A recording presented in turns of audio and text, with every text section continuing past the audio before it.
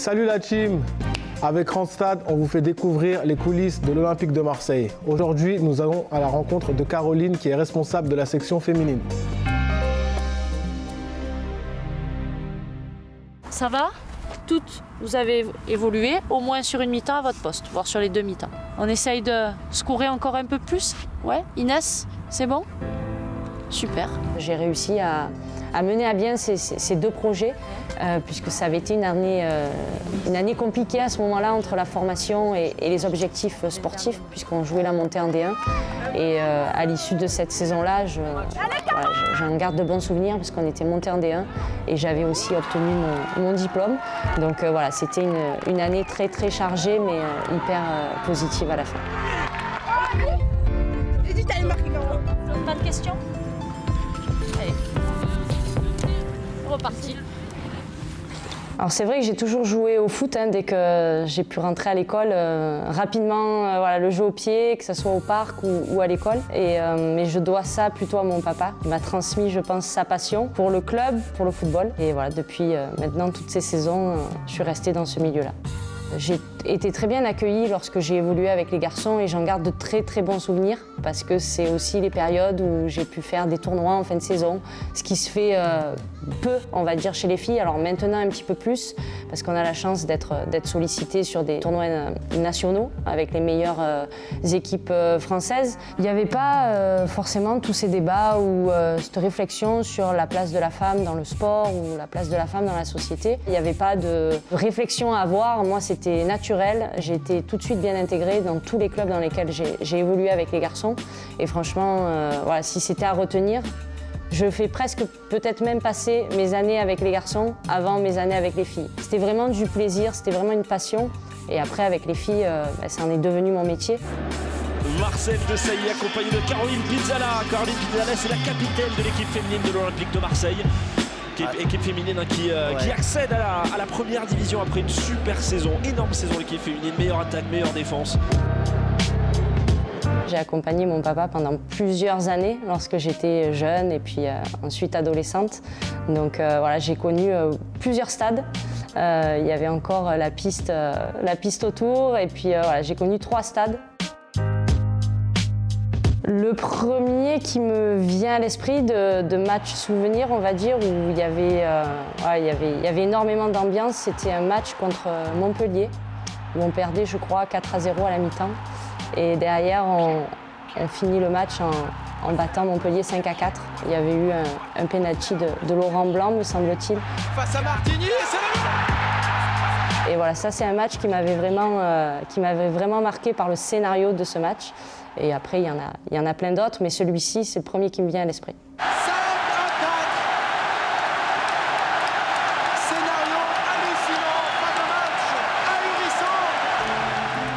J'ai commencé donc à Marseille Sud Olympique, donc avec les garçons. Ensuite, j'ai continué au sein de l'ASPTT Marseille. Puis l'ASPTT, grâce certainement un petit peu à l'aide et à la demande de mes parents, a réussi à créer une équipe féminine.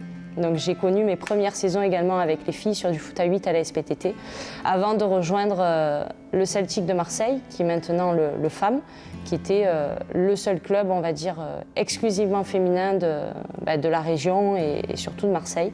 Donc voilà, j'ai connu après mes premières années dans le foot féminin au sein de ce club-là. Et après, très rapidement, j'ai gravi aussi les échelons au niveau des sélections régionales, puis nationales. Et après le Celtic de Marseille, je me suis envolée pour Paris, et puis pour le Paris Saint-Germain, où j'ai évolué là-bas 7 saisons. Voilà, j'ai eu la chance de côtoyer aussi l'équipe de France A avec ce club et de pouvoir jouer aussi la Ligue des Champions. Donc j'en garde de très très bons souvenirs. Et à l'issue du Paris Saint-Germain, j'ai eu la chance de pouvoir rebondir à l'Olympique de Marseille. C'était un souhait de pouvoir retrouver le Sud, l'environnement familial qui me manquait depuis tant de saisons. Et l'OM, à ce moment-là, avait réussi à accéder à la seconde division. J'ai de suite dit oui lorsque Christophe Parra m'a contacté pour m'engager dans ce projet-là.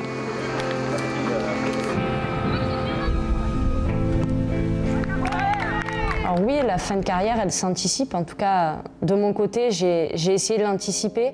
Lorsque j'ai arrêté au Paris Saint-Germain, où je faisais que ça, hein, c'était mon métier, j'étais sous contrat avec le Paris Saint-Germain, j'avais vraiment l'envie de rebondir et de trouver un équilibre sur la partie professionnelle et la partie sportive. Mais à partir de la deuxième année, j'ai commencé à travailler au secteur administratif. Et puis petit à petit, voilà, j'ai pu grimper et avoir d'autres responsabilités au fil du temps. C'était vraiment un souhait fort de ma part. Je remercie aussi le club de m'avoir offert cette possibilité-là, parce que c'était vraiment dans un coin de ma tête de pouvoir switcher aussi sur la partie professionnelle dans un second temps. C'était surtout mettre mon expérience au profit de la section féminine, parce que voilà, à travers tout ce que j'avais pu vivre, c'était un petit peu le maître dans la logistique, dans l'organisation des déplacements, dans la façon de voir aussi les choses.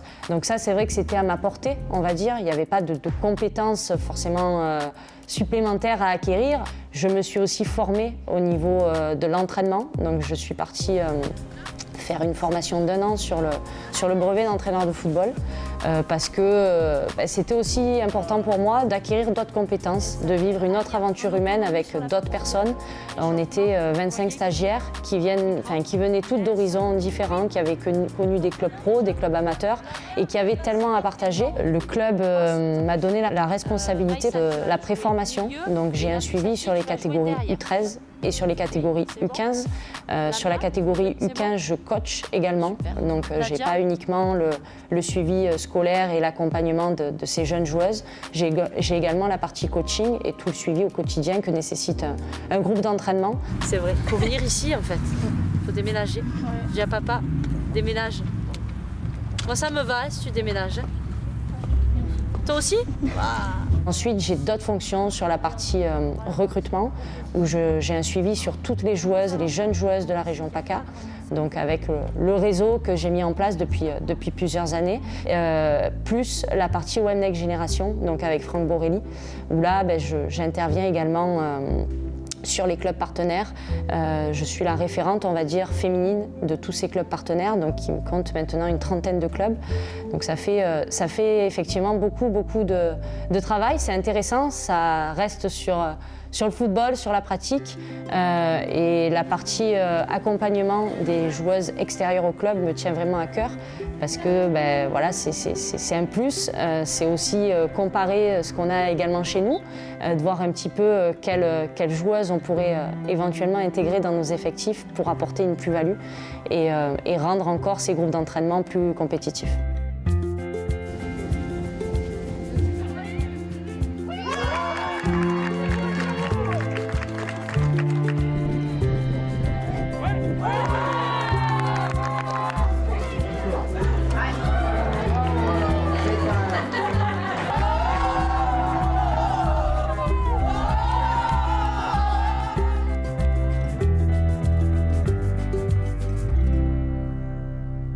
Merci beaucoup, on y va. Allez.